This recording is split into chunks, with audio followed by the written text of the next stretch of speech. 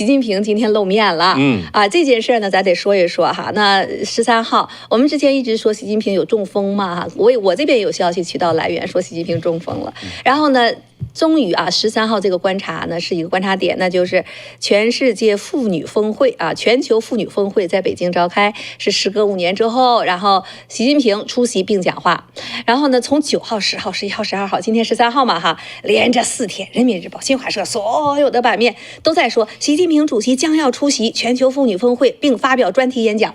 就连着报了4天了今天终于出来了出来了之后呢，确实发言了也上去了，但是呢，他不发言还好，他就发言之后呢，今天更多的说法都在看他到底健康有没有问题那我先问问这个石山，你看了没有？我看了那个，起码我们看都是新华社的那个大照片你想新华社的照片一定是经过这个就是选的比较好的嘛，但是你可以很明显脸是浮肿的，而且他浮肿到什么程度呢？浮肿到那个眼睛都变小了，比他本来眼睛就不大眼睛不大，他这眼睛比以前小，他是整个浮肿的，而且他讲话也是断断续续的，有点喘不过气那种感觉这个确实这个我就觉得难怪别人说这个是典型的就是肾肝的问题这个黑高脂这个一定要吃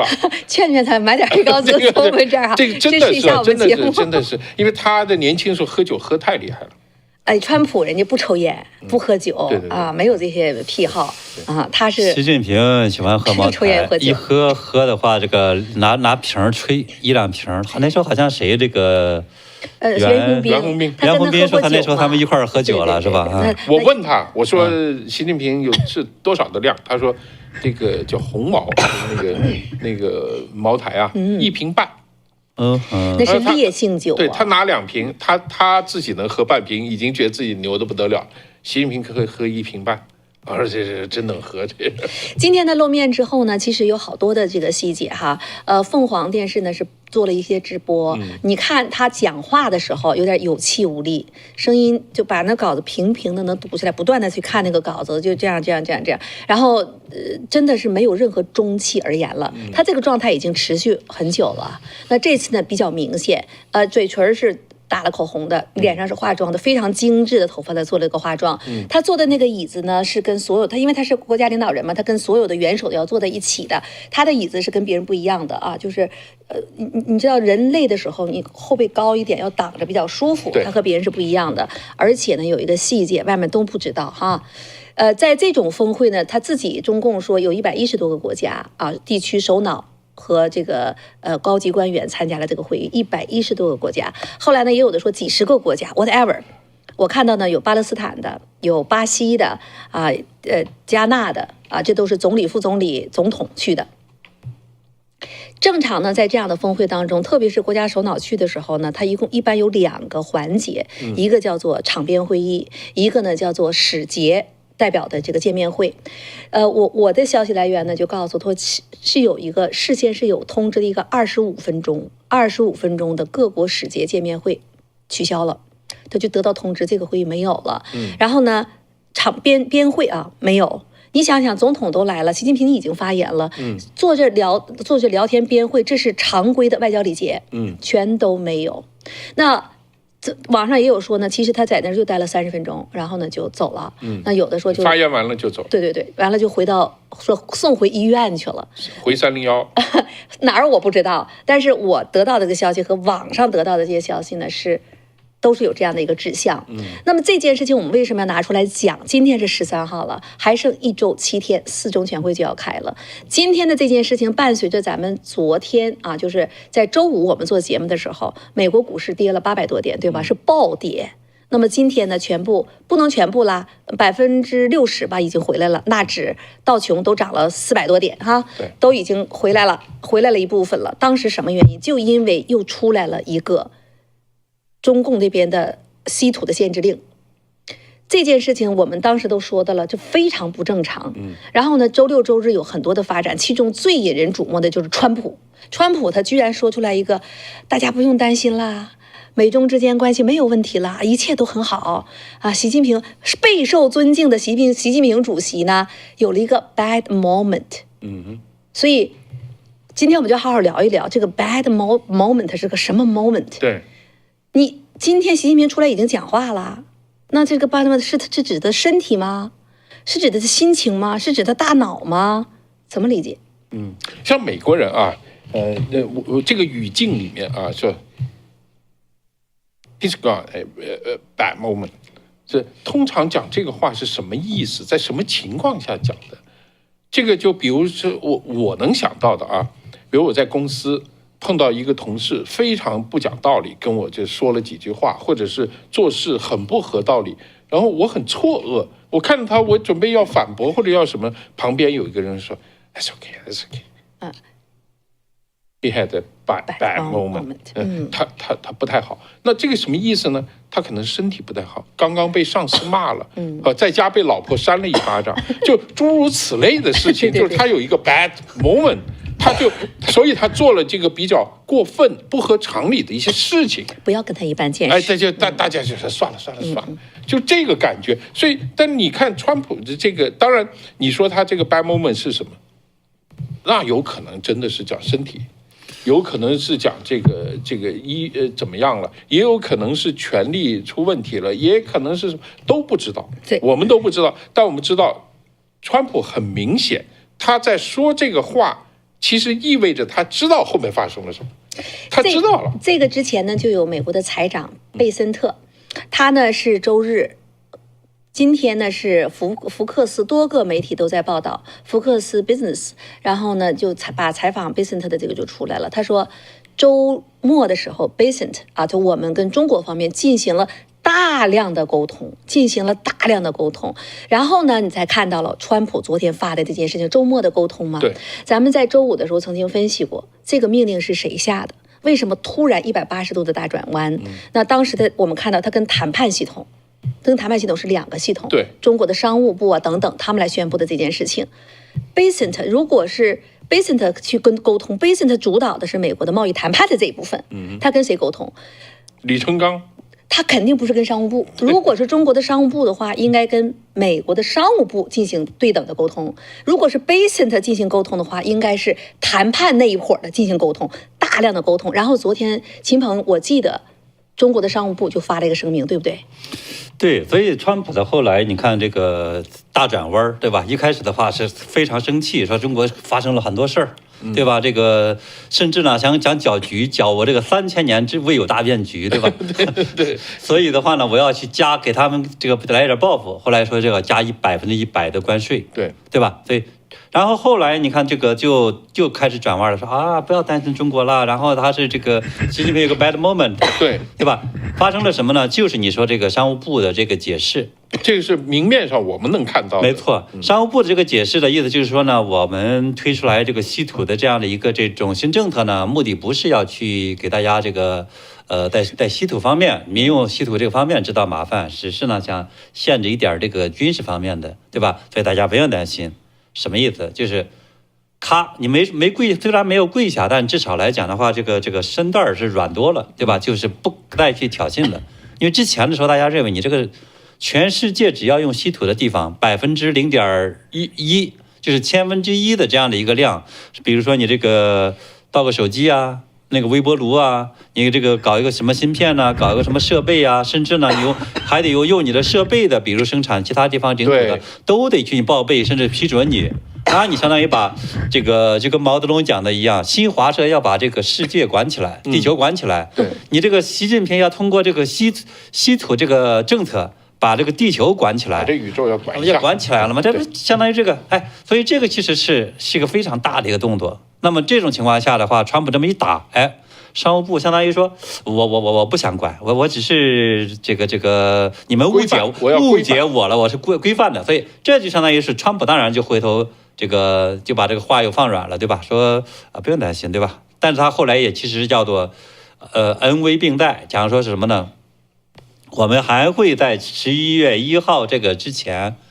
那个加关税那个还在这个计划之内，对，所以这其实还是留了一些大家谈判的一些空间。你抽一下风，啊，把我们折腾成这个样，你就没事儿了。我气儿还没消呢，哎，这个关税我不能拿，说白了就这么回事儿。现在是他有一种说法啊，有一种说法，刚开始你会觉得有道理，但你详细琢磨呢，其实也不对。为什么这个是什么呢？就是说中共方面不是就刻意为了习近平跟川普见面呢，给他提供一张王牌。啊，提供一张对，那个时候周5的时候，媒体是这么分析的。就很多人，咱们没这么讲，对吧？对，我们没这么讲，很多人都是这么分析。它里面有一个细节，就是商务部的，它是2个文件。2个决定，其实它有很多啊，但是跟那天一共6个啊，跟稀土有关的就2个，一个是61号决定，一个是62号决定。61号决定是决定外国人，62号决定是管的是中国人。中国人就是说，凡是你有技术，你有设备，你有知识，你有数据，你不能给外国人。你要想给的话，必须先登记，我批准。你才能跟谁谁谁合作啊？这个是管中国人的。61号就是刚刚秦鹏说那个，就是你凡是买了稀土，你用了我的矿，你回去提炼了，你或者买了我的金矿，或者你买了我的产品，只要占到1/1000，你在卖的时候，你就必须要在我这登记。啊，你买了多少钢，打了一口锅，这个锅绝对不能卖。虽然整口锅都是这个钢都不是我的，但你那个木头饼是我的，你也要在我这儿啊。这个1/1000过了，你也要在我这儿报告登记。对，我允许了你才可以。没错，这样的话就这个东西就很多生意就没法做了。你尤其是现在，你这个汽车生意基本上你就没法做了。汽车生意谁也做不了了，这根本就不能做。这个事情啊，但是这个61号决定说的是12月1号生效，对吧？然后川普的帖子里面说他们要管全世界，就算不是他们生产，他们都要管，而且是11月1号生效，就这里面差了1个月。就川普那个地方理解是11月1号。所以川普就一下子就火了。为什么火啊？真的，你也可以理解，因为11月1号很可能是他见习近平那一天。11月1号，对。这10月30号到11月这个2号、3号，就刚好是他们要见面，两个人可能要握个手。那你这个见面，你先给我一个扛着把大刀出来，你什么意思啊？你这样先。脸上先啪啪扇2巴掌，然后再跟我见面，所以他一下就火了，就闹这个事。这个里面就很奇怪，商务部明明说的是12月1号，为什么川普那个地方写的是11月1号？因为那个62号文件是即时生效，因为那是管中国人的，无所谓啊，即时生效，10月9号就开始生效了。那个是12月1号，61号文件是12月1号生效，但川普前面几个帖子都说的是11月1号生效，所以这个里面啊，就很多就分析啊，就说这里面是不是有一个小的错误？谁错误？很可能是白宫里面搞那个 information 的那个人呢，他在给他做一个 briefing 的时候传达的一个错误，结果导致他大暴怒。我倒不完全这么看，这是一种分析，这是一种分析，所以他说，如果不是这样的话，他就想，哦，原来你是跟我一样，哎，出了一张就是人为自己给自己制造一张大牌，然后呢，到时候谈判就讨价还价。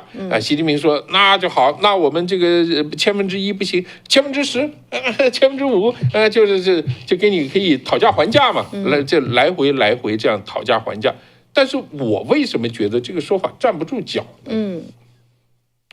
因为习近平不是这种人，习近平是不能够跟人坐下来的。5块不行，10块，5块，10块，他不是这种人，他所有东西都要拿一个本子出来的。也就是说，他要跟别人见面，所有事情必须谈妥，他才跟你见面。对呀。对，否则他不会跟你谈实质，因为他不是一个谈判的人，他应付不了，尤其他应付不了川普这样的人，川普这种的是这个一辈子都在跟别人谈判的这么样一个人，习近平是应付不了，习近平是装傻充愣特别厉害，但是你叫他去跟人谈判，这个是绝对，所以这个东西是为了他11月1号。可以拿出来跟他谈判，这个东西我觉得站不住脚。他也可以说是不是为了11月1号谈判，那就是11月见面之前，让团队跟美国进行谈判。这个我估计不会谈。我倒觉得这俩都不是。什么意思呢？其实首先一个的话，我们讲说这个习近平这次为什么这个露面儿？露面的话，相当大一个程度上，其实是什么闹的呢？就是那个，上周四的8号的时候，杜文的那个是8号吗？是几号？反正杜文，我们这边还有一个消息源都在报5、7，好像是周3、周4的是吧？对，我们在周3、周4那时候的话，有一个消息，就是杜文发的，说这个习近平中风了，严重的，对，非常严重。然后呢？这个情况下的话，我觉得这个把习近平就给僵着了，这个逼出来了。因为什么呢？因为现在这个对习近平来讲是个非常关键的一个时期，他想连任，他想这个把在这个接下去的这种人事布局当中的话，能够自己还说了算。所以四中全会对他是个非常关键的一个时候。如果这个时候的话，然后那个全党的这些这个中央委员们，全党那些大佬们，背后大佬们说，习近平身体不行了，对吧？你们谁还跟他混呢？哎，你想想吧啊！对这个情况对他来讲，那就相当于把他这盘棋全给打了。所以这个消息，首先我认为这个真是这个杜文这个消息是有来源，他不是他自己编的。他100%是中共内部的人放风给他的，恐怕还是习近平的对立面放给他的，也许袁老帮，也许谁，我不知道。但是呢，习近平属于被中风的，你不管你身体实际上是发生了什么，至少，所以这条消息无论如何就把它放出来大家看，就得网络这个叫做出口转内销，这是中共这个经常放风的一个方法，就是通过内部把这个消息放到这个海外来，然后再把这个消息传回国内。所以这个对中共来讲是对习近平造成一个非常大打击，所以他赶快得出来告诉大家说我还活着。所以你看这个为什么这个这些不同的媒体这几天就连着4天啊，对，9号、10号、周6、周日将要出席，天哪，出席就出席吧，都知道了，还是有点欲盖弥彰的那种感觉，就这意思。所以他要表现出来说我很厉害，但是呢，身体实际上撑不住他，所以他后来又这个取消了什么这么个会啊那个会啊，对吧？然后呢，也许就在这样的一个情况下，他打出来这么一张牌，打这张牌是给干嘛用的呢？是把这个世界的话我要管起来，对吧？甚至的话呢，给制造点麻烦，然后呢，反正要出问题大家出问题，反正要弄的话，要死大家一块死，对吧？就破罐子破摔，有点这个含义。你给我逼急了，对不对？我就玩些流氓的东西。但是呢，你说他真的想惹怒川普，我其实不太认为。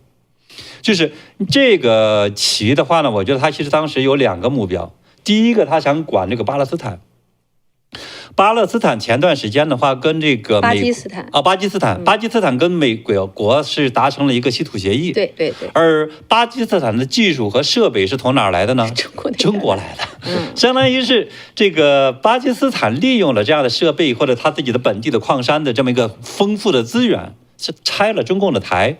然后你这张牌不好使了，所以对中共来说，这怎么能行啊？不行，我得管他这个，你用了我的设备，用了我的什么东西，我得听我的。用了技术，用了中国的技术，所以这是他的一个目的。第二个目的，他其实我觉得更想把这个什么欧洲啊、什么日本啊那些国家给管起来，因为那些国家其实是比较软弱的嘛，对吧？至少说你中共的话，他还要跟你 argue 一下，或者做点什么。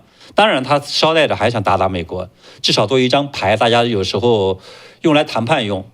但是呢，这个为什么后来说这个川普说他这个叫弄了一个 bad moment， 就是因为后来我觉得今天这个贝森特出来讲那个话的时候，相当于就是把这个习近平这个算盘的话呢，这个本质给揭开了。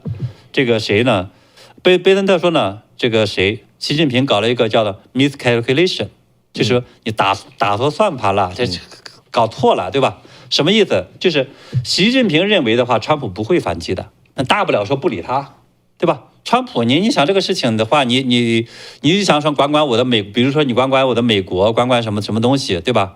你那么点东西在这个比如英伟达或者谁的芯片里边，你没什么价值，你这个达不到1/1000可能的那个价格，对吧？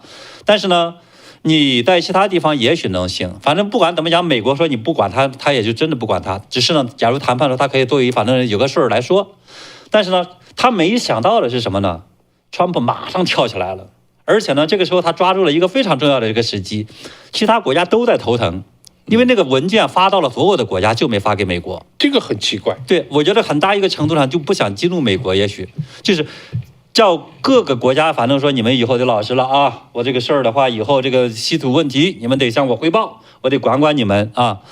他想把这个管起来。川普的话，当然你想这个叫美国优先，或者这个目的是什么？我要去管美国，把这个世界管起来。哎，结果你习近平现在要通过稀土把这个世界管起来。你算谁呀？对吧？所以这个时候的话，川普不干了。他不给的话，也有可能他就认为向美国表达一个我不是冲你来的啊，我觉得就这意思。我不是他并不是并不敢对美国来，我是冲其他国家来的。没错，所以但是他没想到川普跳高了，蹦起来了，对吧？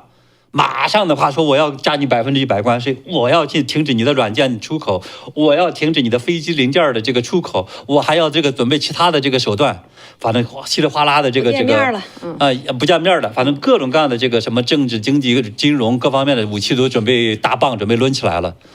他一看坏了，是怎么把这个以为他就是装睡或者打个盹就完了，你没想到突然间蹦起高来了，哎，赶快这个告诉商务部解释啊，我们没这意思，哎，所以我觉得相当大一个程度上就是这个所谓的打错算盘，就是叫什么误算，就在这儿。秦鹏，你这个呢，前提条件就是一切都在习近平的掌控之中。他没掌控的，他没想到川普能蹦起高来，他没想到川普能够揍他。对，最起码咱们都知，咱们有一个共同的，就是这是习近平发出的命令，这个毋庸置疑的，对吧？对，那你回头看哈，这个事情很有意思。今天韩国的外交部长叫做赵显说呢，美国总统川普将在亚太经合会议期间访韩，并且和韩国总统李在明举行双边峰会，但很大可能不出席10月31号到11月1号的领袖会议。今天啊，韩国外交部说的。你别看今天 Basant 今天早晨福克斯新闻的他说还在协商啊，川普可能跟习近平见面。韩国外交部的时候也在同一天说出这样的一个说法。然后呢，所有的时间呢是10月29号川普访韩，停留2天1夜。然后呢30号本来呢和中国或者是那个亚太峰会的正式元首会面的是31号到11月1号，这就是那个11月1号的来历。可是呢29号他就走了，我不参加30号。他29号到，过一晚上到30号2天1夜就走了，不参加峰会，不参加。那你就想吧，这是韩国方面，最起码到今天是真的，这个川协会见不见都很难说，很难说。这是一个。第二个，川普那个峰会，我觉得其实他是想搞一些小多边的就行，就各双边的就行，他不搞这个非得大会嘛，是这意思吧？见不见习近平？这现在应该还没有定下来。我觉得习近平什么时候去？这个事情啊，我是这么看的，我是这么看，就是现在美国不确定。美国知道中国出事儿了，对，美国知道中国北京在出事儿，但是这个事儿是什么呢？我们不知道。但是习近平有了一个 bad moment， 这个是我们知道的。但是中国出事儿了，这我出事，如果我现在说我要跟习近平见面，我就要怎么样，我高调说了，到时候他已经下台了怎么办呢？这就刚才我说，秦鹏，如果说你刚才分析的这个呢是习近平还立的这条线啊，害怕了退了。如果我们说习近平没有权利的话，你再回头看啊，我们按照这个前提去说的话，你看哈，他发的这个命令的时候是商务部出来的，当时我们分析了2套班子2条线，美国什么都不知道。然后呢 ，Basant 去进行多次周末的跟中方的沟通，这是谈判的这个班子。谈判的这个班子是如果是习近平没有权利的话，是哪一派？是他的这个老一辈儿啊，也许是温家宝，也许是掌控权力的这批人。对，因为之前连李强都说出来了美国中国的夫妻论，对吧？你这一套班子沟通完了之后，商务部变软了，然后呢，才有了这一切都软下来了。习近平虽然出席了这样的一个世界妇女的峰会，因为这是以前早已经说了他要出席了，但是呢，回过头来还是，如果他权力不在的话，还是安排你回去休养。那你回过头来再去看张家墩，咱们周五时候分析过，张家墩接受采访的时候，其中他就有一条说，如果他被软禁和失去权利的话，你看，如果他被软禁，这个话我们一直不愿意这样去讲，因为他毕竟能出头出面。可是我们回头，刚才我说，今天这几个细节放到一起的话，习近平同志因为身体的原因，已经没有办法承受这么大的了。这个 bad moment， 我今天特意去采访了一下医生，我不想用我自己的 feeling， 我就问：1次中风、2次中风、3次中风，到底从医学界怎么看？他说1次会比1次严重。对。然后呢，一次比一次危险，一次比一次。他说，如果第1次你恢复的好，他可能不会留下什么后遗症；第2次就会留下轻微的后遗症。那第3次就更严重了。那我就问他，我说这种中风能不能影响人的情绪？他说当然啦。他说你那个中风的时候影响的人机能，那你可能不能说话，影响你的这个情绪啊，这个功能的话，那你就是会有哭啊笑啊，你不能控制自己的情绪的，影响你的语言功能。咱们都知道半身不遂，你是不能说话了。然后我就问他，我说有没有可能用这种出席峰会，用用激素一类的啊，让他维持？我这边的消息源呢说，那他打针也就能挺30分钟。因为他身体本来已经处于那种你激发所有的能量的话，也就30分钟，挺不了时间长，而且对身体伤害可能会更大。那你这些事情都放到一起的话，这个 bad moment， 我可不可以理解习近平当他的身体的这种状况，他那个时候一个 bad moment， 然后呢，用他的这条线啊，我现在看到居然说连蔡奇他们都不知道，直接是商务部是这个习近平的人马就启动了这个方案，但是呢，他没有这个权利的话呢，那么元老又马上启动谈判的这个系统，这一切又恢复到今天我们看到这个程度。所以习近平到底还有刚才讲到的，就是4中全会，今天已经剩7天了，剩7天了。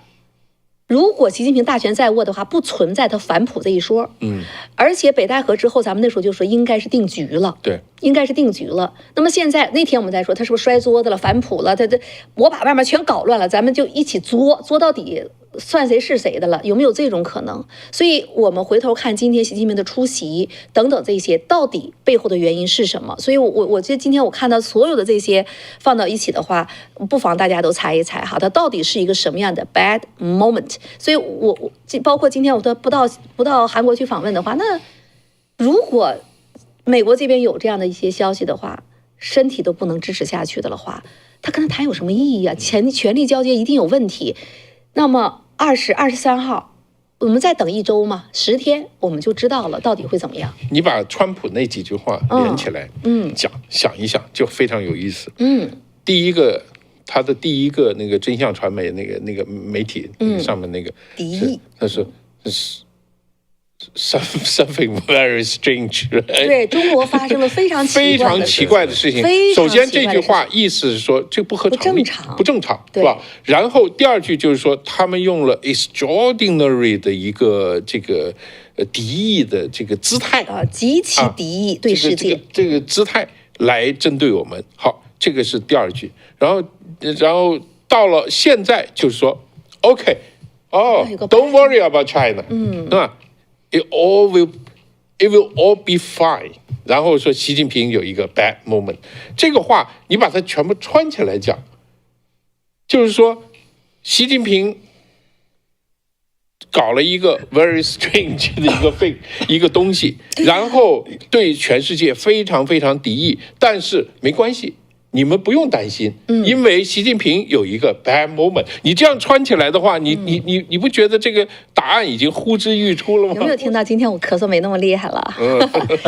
黑高滋，对不对？让我去先吃是吧？所以这个呢，换季的时候服用了之后呢，真的是就感冒高发的时候，忽冷忽热的时候，出现嗓子痛、鼻塞、疲倦用这种黑高滋的话呢，真的能够起到一定的作用。不是他一拿这个好贵东西，我马上觉得自己也应该咳嗽一下。我已经快好了，能听出来。前2天真是说话就要咳，今天就已经好很多了，对不对？所以在这儿呢，强烈向大家推荐啊，黑高兹哈。然后长期呢，他是我们也有这个叫做炮啊，46岁的观众，公司主管，他长期呢使用西洋参，每次呢他觉得有一点不舒服，他感冒来的时候，他就加倍服用西洋参的这种萃取物，配合多喝水，然后呢，通常呢他再多喝水休息，多排汗，然后呢2、3天之后呢，症状就会明显的减轻。后来呢，他本来他对西洋参的这个效果他就有知道的，后来他就改服用这个黑高参，因为它呢是6倍提取哈，那所以它的浓度很高，1小勺呢就盯着你吃好几根儿。那而且它的性比较温啊，西洋参不是凉性，它是温的，所以呢不会有那种燥热的感觉。那么这就是为什么哈黑高兹啊这个呢效果呢让人家有非常大的惊喜。它不仅呢感冒病程的缩短，感冒后来之后的疲倦呢、无力啊、精神不振呢，都会有明显的改善。那这位呢，炮呢，他就说以前感冒要拖1到2个星期，现在3、5天就好了，而且整个人呢更有精神，恢复的呢会更快哈。在这儿呢，高姐也谢谢我们所有支持我们的观众朋友们。我知道像美猴王啊等等，都为了支持我们，特意给他的先生去买啊。先生岁数大了，完了比较身体弱，吃了之后呢也觉得蛮好的。在这里呢也向大家推荐哈，想购买的话，我们的这个频道下面有 link， 有85折，谢谢您的支持。